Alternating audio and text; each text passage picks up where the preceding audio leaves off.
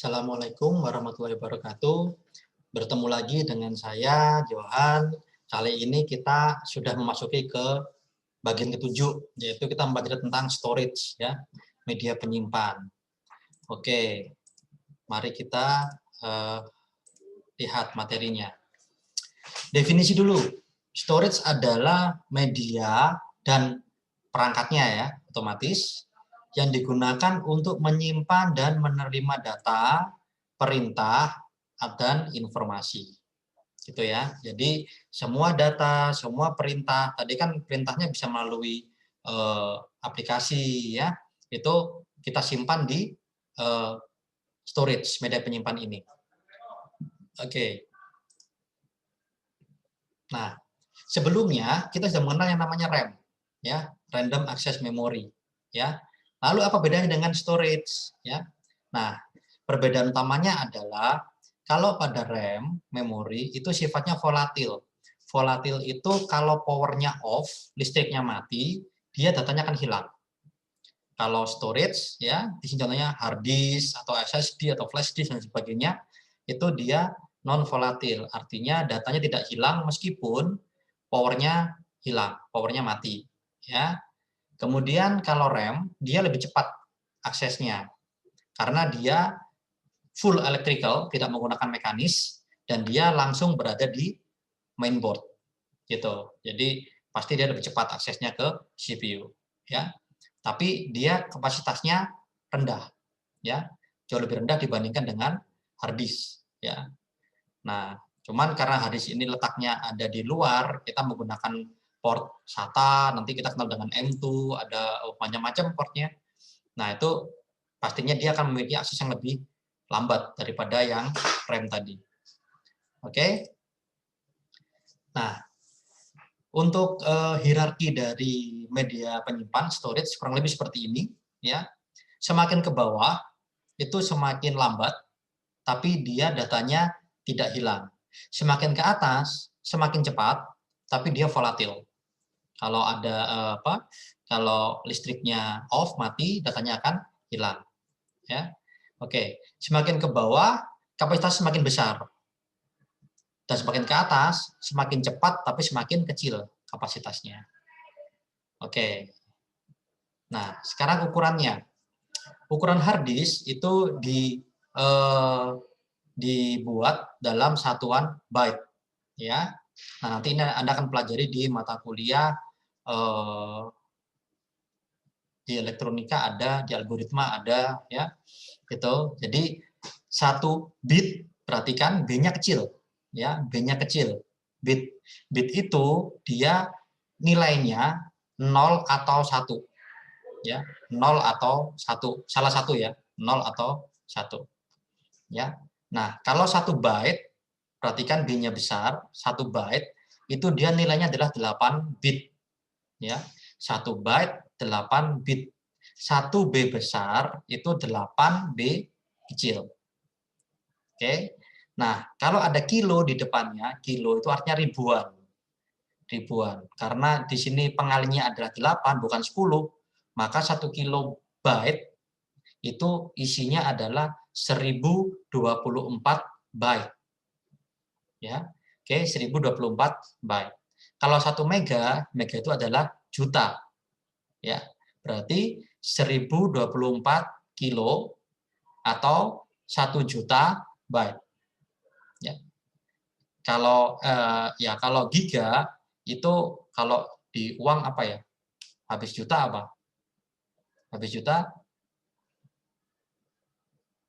triliun, ya. Nah, itu 1000 juta, ya. 1000 juta, 1000 mega. Kemudian sekarang yang sudah umum adalah sampai di ukuran terabyte, yaitu 1000 giga. Dan pada server, cloud storage itu dia sudah ukurannya sudah peta. Peta itu 1000 tera. Jadi 1 juta giga. Mantap ya. Gitu. Itu ukuran dari media penyimpan kita. Jadi yang singkat adalah bit B-nya kecil, byte B-nya besar. Ini berbeda. Ya, oke. Nah, kalau kilo itu ribuan, mega jutaan, giga miliar kalau di uang, ya 1000 mega. Tera 1000, giga, peta 1000 tera. Oke, lanjut. Nah, hierarkinya secara umum itu ada penyimpan utama, penyimpan kedua, dan network file share. Nanti kita akan bahas ini satu-satu ya. Penyimpan pertama udah kita bahas sebelumnya, ada RAM, ada ROM. Ya, ini primary storage ini harus ada di komputer. Kalau nggak ada salah satu dari antara ini, komputer Anda nggak akan jalan. Tapi kalau secondary storage, nah ini tidak wajib. Hukumnya sunnah. Ya, kalau ini hukumnya wajib, kalau ini hukumnya sunnah. Tapi harus ada. Jadi kalau sampai di sini saja, komputer Anda hanya bisa booting saja. Bisa nyala, tapi nggak bisa masuk ke sistem operasi. Karena sistem operasinya ada di secondary storage. Nah, secondary storage ini dibagi jadi dua lagi. Ada online, ada offline. Yang online itu yang selalu ada di dalam komputer Anda, yaitu hard disk atau SSD sekarang. Kalau offline, ini bisa ada, bisa enggak. Contohnya flash disk atau CD atau DVD dan seterusnya. Nah, itu offline storage. Nah, kemudian kita juga nanti akan sedikit mengupas tentang network storage, ya, yaitu file share dan cloud storage. Oke, sekarang kita akan masuk ke jenis medianya. Secara umum, pada dasarnya ada 3 ini. Ada magnetic, ada optical, dan ada flash. Gitu ya. Baik, kita akan bahas satu persatu. Kalau yang magnetic, itu teknologinya menggunakan magnet. Contohnya hard disk, magnetic card, ATM yang kemarin sudah kita bahas, atau floppy disk. Nah, ini Anda pun udah nggak kenal ini floppy disk ini ya. Ini zaman saya masih muda dulu. Oke, jadi data itu disimpan dalam bentuk magnet di sini. Jadi hard disk ini permukaannya ini sensitif dengan magnet. Di ujung head-nya ini ada magnetnya. Nah, dia menginduksi ya. Menginduksi itu kalau ada mungkin Anda di zaman SMP atau SD mungkin sekarang pernah belajar fisika tentang induksi magnetik ya. Jadi kalau ada tembaga dialiri listrik, maka dia akan menimbulkan medan magnet di sekitarnya. Nah, itu yang prinsip itu yang digunakan oleh hard disk. Gitu. Jadi hard disk ini dia datanya disimpan dalam bentuk magnetik. Kalau multicard datanya disimpan dalam bentuk memang magnet ini. Ini magnet gitu. Ya. Oke. Lebih dalam tentang hard disk ya. Di sana ada sebutan ada namanya sektor, ada silinder, ada track. Ya. Jadi hard disk itu dia dibagi menjadi seperti ini. Ini gambaran umumnya ya, dibagi-bagi seperti ini ya. Untuk yang merah ini namanya track. Track itu adalah satu putaran penuh. Ya, satu putaran penuh. Kemudian ini dibagi beberapa bagian, masing-masing bagian ini namanya sektor. Gitu. Kemudian data Anda diletakkan di antara perpotongan antara track dan sektor, yaitu disebut dengan cluster. Nah, data Anda diletakkan di cluster ini. Cluster ini memiliki ukuran. Ya. Oke. Kemudian track pada lempengan hard disk yang berbeda disebut dengan silinder. Nah, gitu. Jadi hard disk Anda itu biasanya dia lebih dari satu plate. Gitu, ya. Nanti ini akan lebih detail Anda akan pelajari di mata kuliah sistem operasi dan sistem komputer nanti. Oke. Next, berikutnya ke media penyimpan optik. Ya. Dulunya ada terkenal dengan namanya CD, compact disc. Kemudian berkembang teknologinya menjadi DVD, kapasitasnya jauh perkembangannya dengan fisik yang sama. Fisiknya sama, ukurannya sama, tapi kapasitasnya jauh berbeda. Kemudian berkembang lagi menjadi Blu-ray disc. Ya, ini juga ukurannya sama, tapi kapasitasnya jauh meningkat lagi. Nah, bagaimana terjadi peningkatan kapasitas ini pada media fisik yang sama? Nah, karena teknologinya berbeda. Teknologinya. Jadi kalau CD ya, itu datanya disimpan seperti ini ya. Itu disimpan ditulis seperti ini, antar datanya itu 1,6 mikrometer. Kecil sekali. ya 1,6 mikrometer. Nah, untuk DVD itu lebih rapat lagi, 0,7 mikrometer. Ya. Kemudian untuk Blu-ray lebih kecil lagi, 0,32. Ya, jadi semakin kecil jaraknya, maka semakin banyak data yang bisa disimpan di media yang fisiknya sama. Oke, sekilas itu yang membedakan antara teknologi-teknologi ini. Bagi Anda yang ingin tahu lebih dalam, silakan manfaatkan Google. Ya, oke. Selanjutnya media penyimpan berbentuk flash, bentuknya banyak, ya. Yang kita kenal namanya flash disk, ya. Seperti itu. Kemudian sekarang sudah banyak yang namanya SSD, ya. Saya sarankan Anda apabila memiliki kelebihan rezeki, ya, silahkan upgrade hard disk laptop Anda atau komputer Anda ke SSD. Performanya meningkat berkali-kali lipat. Silahkan dicoba, ya. Oke, ada lagi yang formatnya lebih kecil, namanya mSATA. Nah, ini ada slot sendiri, nama slot mSATA. Ini di laptop tertentu. Laptop tertentu ada, tidak semua laptop ya, mSATA. Kemudian di sini ada lagi M2 SATA. Ya, M2 SATA. Ini teknologi yang sama tapi slotnya berbeda. Kalau yang ini mSATA, ini slotnya, kalau yang ini M2 SATA. Ya. Bedanya seperti apa slotnya, Pak? Silahkan di Google, ya. Kemudian ada lagi berkembang lagi menjadi NVMe, non volatile memory express. Nah, kalau yang ini dia nancapnya di slot PCI Express. Ya, buka lagi materi kita tentang motherboard, di sana ada dijelaskan tentang PCI Express. Ya, nah ini NVMe ini menggunakan busnya dari PCI Express, lebih cepat lagi. Kemudian, nah ini adalah kawin silang antara hard disk dan SSD, ya, namanya SSHD. SSHD. Jadi dia memiliki sejumlah chip SSD, tapi juga dia memiliki plate hard disk. Jadi kapasitasnya besar, tapi dia cepat. Meskipun performanya tidak secepat SSD yang murni, tapi dia lebih cepat daripada hard disk biasa. Nah, kok bisa, Pak? Karena sebagian data yang sering diakses akan disimpan di chip SSD. Misalnya, oh Anda sering mengakses sistem operasi, maka file-file sistem operasi itu sering akan disimpan di SSD ini. Gitu. Jadi ini penyimpan biasanya, file yang sering diakses akan disimpan di chipnya, dan itu dilakukan secara otomatis oleh hard disk itu sendiri, SSHD itu sendiri. Anda nggak perlu pusing, itu udah otomatis caranya. Oke, itu media penyimpan yang dalam format flash. Mungkin ada pertanyaan, Pak, itu saya beli flash disk, ada yang harganya murah, Pak. Oke, ini contohnya, mana ya? Oke, saya punya dua flash disk, ya. Ini sama-sama 16 GB, ya. Tapi kalau harganya yang ini, dibeliin yang ini, dapat 5. Gitu. Apa yang membedakan, Pak? Teknologi flash yang digunakan. Itu berbeda. Apa aja Pak teknologinya? Silakan di-googling, ya. Jenis flashnya itu macam-macam. Gitu. Jadi yang ini kapasitas sama, 16 GB, tapi teknologi flashnya berbeda.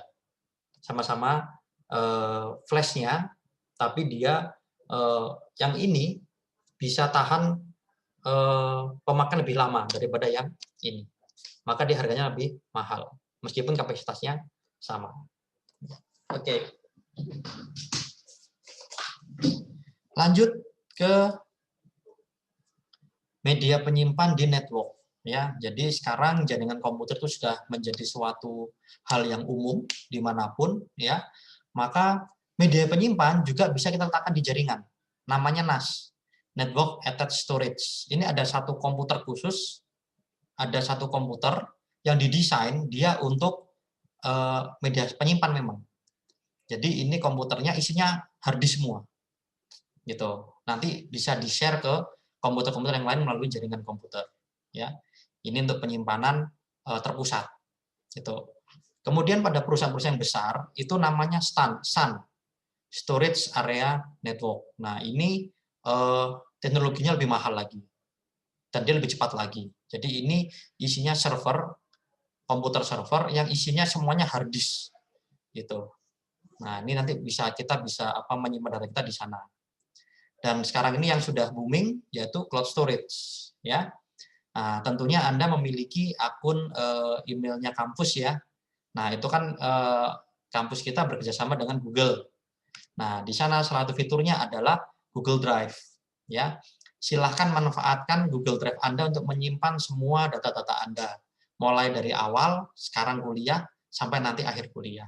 Sehingga ketika nanti misalnya komputer Anda rusak atau hilang, ya, Anda nggak bingung, data Anda ada di Google Drive. Gitu. Kemudian saya sendiri memanfaatkan Google Drive ini untuk sinkronisasi data.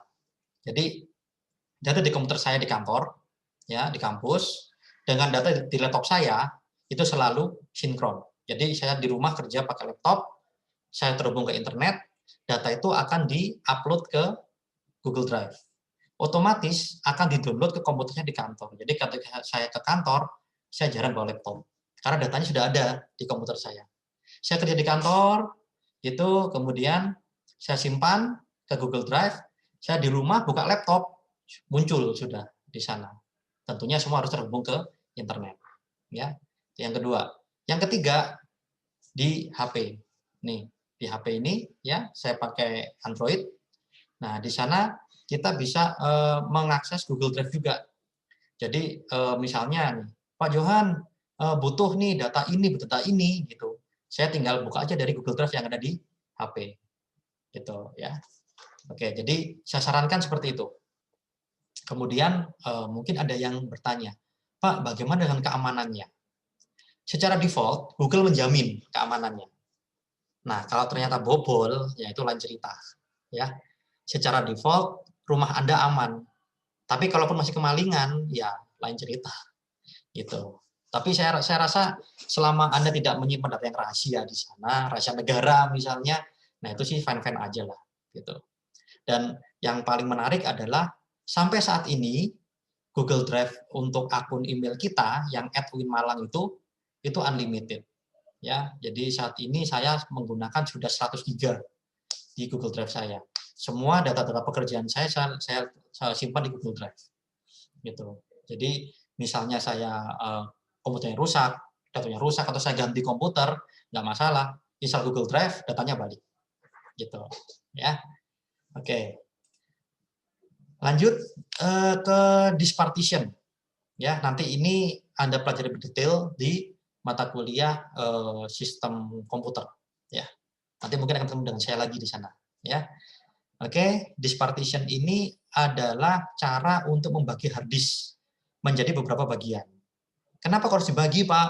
Karena saat ini kapasitas hard disk kita tuh sudah cukup besar ya, sampai tera tadi ya, sampai 1 tera. Nah, itu dibagi menjadi beberapa drive. Masing-masing drive ini bisa Anda isi data yang berbeda.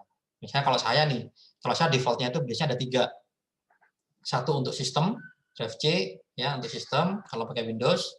Yang satu lagi untuk data, yang satu lagi untuk yang lain-lain. Gitu. Misalnya mau nyimpen game, mau nyimpen data-data yang lain-lain yang tidak berhubungan dengan data pekerjaan, ada di drive yang ketiga. Nah, dia seperti itu. Kenapa ada 3 seperti ini? Misalnya Windows saya rusak, saya terpaksa harus install ulang, data saya aman karena tidak berada di drive C. Nah, seperti itu contohnya. Jadi, partisi hard disk ini secara umum ada primary dan extended. Yang primary ini dia maksimal hanya boleh ada 4 primary ya, maksimal. Nah, Pak, tapi saya pengen mempartisi menjadi 10, Pak. Kebutuhan saya itu 10 partisi. Hard disk saya gede, Pak. Hard disk saya itu 4 tera ukurannya. Nah, misalnya. Oke, Anda buat 1 primary karena nanti di sana Anda bisa pasang untuk bootable. Untuk sistem operasi. Yang lainnya Anda bisa pakai extended. Ya. Nanti di extended partition Anda bisa memasang di sana logical partition. Logical partition Anda bisa partisi banyak. Ya, gitu. Oke, ya. Kemudian format, ya. Format ini untuk mempersiapkan storage partisi kita tadi agar bisa digunakan. Ya, apa yang dilakukan oleh format ini? Satu, dia akan menghapus data. Kenapa kok dihapus datanya? Karena file sistemnya akan dibuat ulang sama dia. Kalau di Windows itu yang umum, ada FAT32, ada NTFS, itu yang umum di Windows. Kalau di Linux ada ext4 yang umum. Kalau di Mac OS ada yang pakai Mac, ada HFS. Gitu, ya. Linux bisa membaca NTFS, tapi Windows tidak bisa membaca ext4. Nah, Anda harus menggunakan software tambahan kalau mau baca ini. Mac juga begitu. Mac bisa baca Windows, bisa baca Linux, tapi Windows tidak bisa baca partisinya yang Anda buat pakai Mac. Nah, seperti itu ya. Kenapa kok seperti itu? Wah, itu konspirasi. Ya, konspirasi tingkat tinggi. Oke, lanjut di diskusi 7 ya. Saya minta Anda untuk mengidentifikasi jenis media penyimpan yang Anda gunakan di selain komputer. Selain komputer ya. Misal, oh, saya punya ini Pak, DVD player di rumah. Nah, berarti perangkatnya apa? DVD player. Jenis media penyimpannya apa? Ya pasti DVD lah, gitu ya. Ada CD, ada DVD. Kapasitasnya berapa? Kalau CD tadi 700, kalau DVD 4 GB. Fungsinya apa? Nonton film. Nah, gitu ya. Atau misalnya, oh saya punya kamera digital Pak, SLR. Oke, perangkatnya apa? DSLR, merek Nikon, dan seterusnya. Jenis media penyimpan apa? Oh, di sana pakai CF, compact flash misalnya. Berapa kapasitasnya? 16 GB, Pak. Fungsinya apa? Menyimpan foto dan video dan seterusnya. Ya. Selain komputer. Oke, di sekitar Anda. Di sekitar Anda. Nah, tugasnya adalah identifikasi yang ada di komputer Anda. Nah, komputer Anda menggunakan media penyimpan apa? Harddisk Pak, berapa kapasitasnya? 1 tera. Jenisnya apa file sistemnya? Oh, saya pakai Windows Pak. Kalau pakai Windows saya pakai NTFS.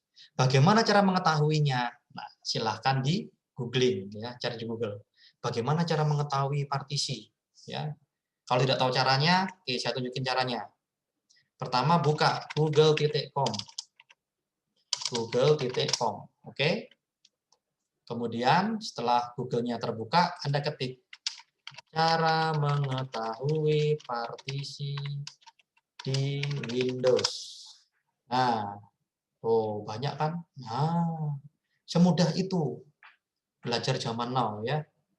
Oke, jadi di sini saya hanya memberikan inti-intinya saja.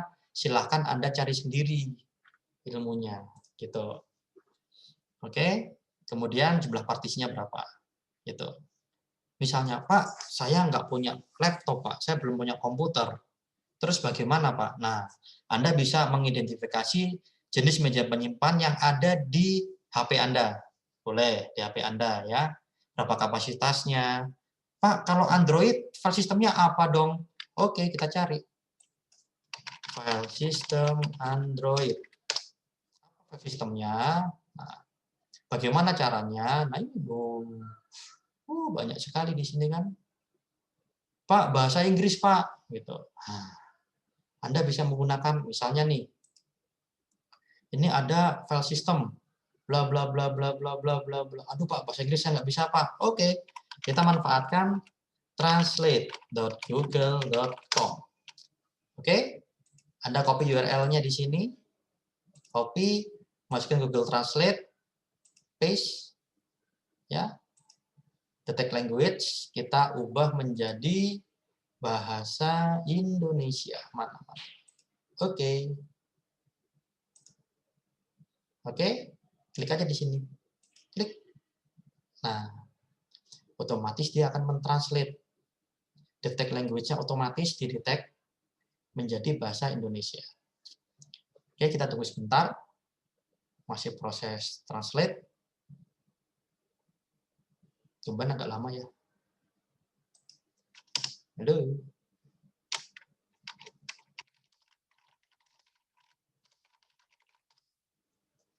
Oh, too large to translate. Oke, kita cari deh website yang lain ya. Nah, nih. Ya, loh kan bahasa Inggris ya.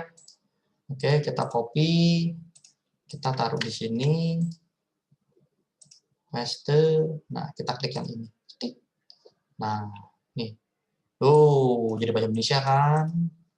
Duh, gitu ya. Sangat mudah sekali.